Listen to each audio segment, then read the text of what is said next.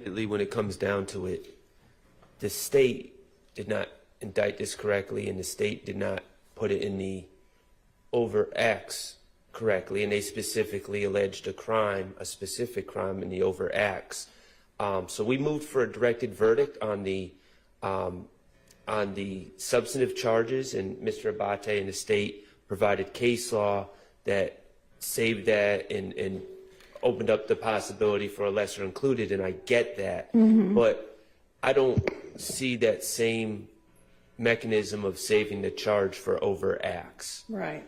And so that's kind of where we're at. Essentially, I'm suggesting that there should be a directed verdict on the overt acts. Yeah, I mean, I think those overt acts need to be removed. 174, 175, 189, and 190.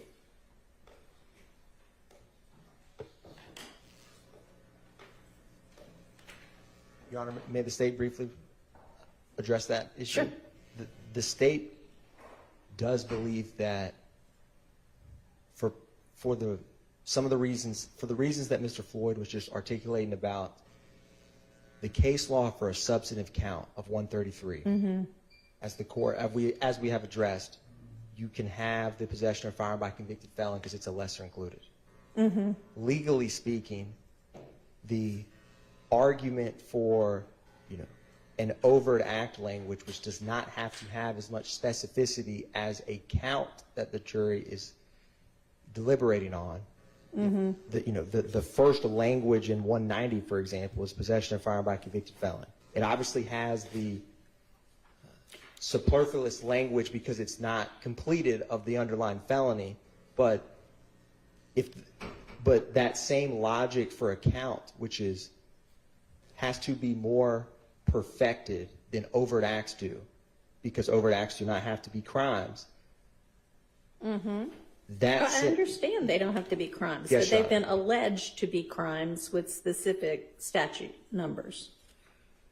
And yet y'all haven't included what would be essential to make them a crime. So are you arguing that the overt acts should be lesser includeds also, or what are you saying?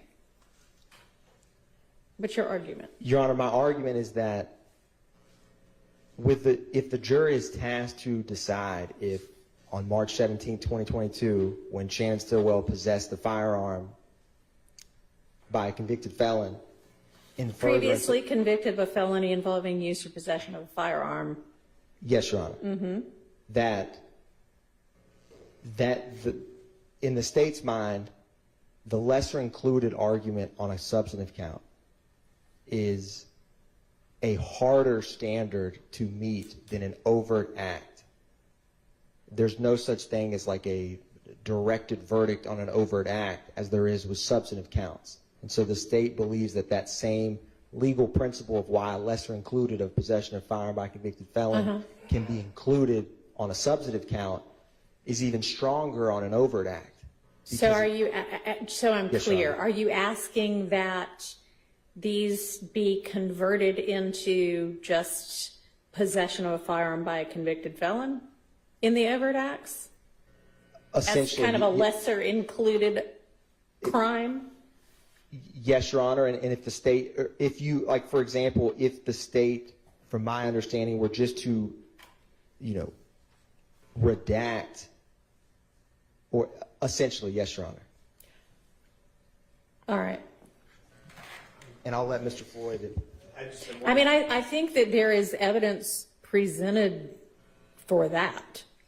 It's, and I hope y'all understand what my thinking is on because 133 requires that it be asserted that they did this while they were attempting or committing a series of crimes listed or types of crimes listed in the statute, and that is in nowhere listed in your overt act. That seems to be problematic.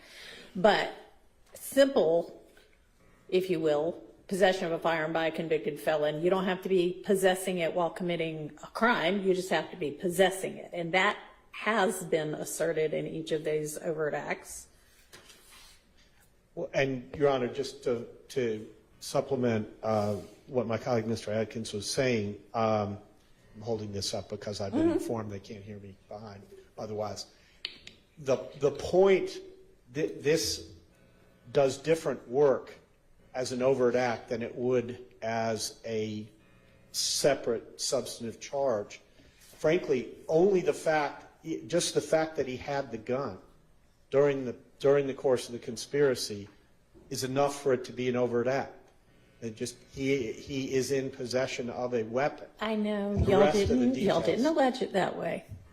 Well, that may be so, but it still does the work under it. I mean, it wouldn't.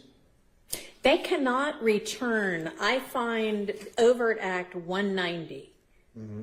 He committed this crime when you have not asserted that every element of that crime. They can't possibly find that when it hasn't been correctly asserted. Y'all have left out an element.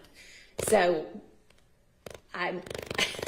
unless you've got case law, you're not going to convince me on that one. Okay. We have moved on to whether it should be redacted, modified to essentially assert a Section 131 crime of simple possession of a firearm by a convicted felon. And I think that has been sufficiently asserted in each of these overt acts.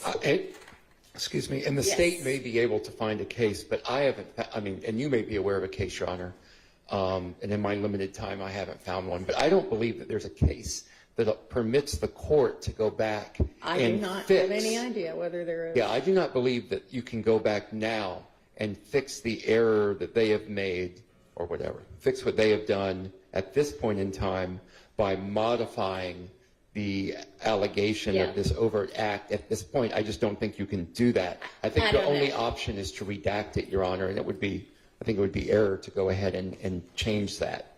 I don't know. So Because that's what we have been.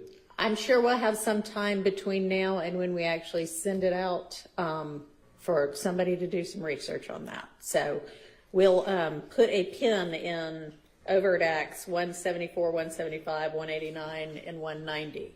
They're absolutely not going to be included as a 133 offense.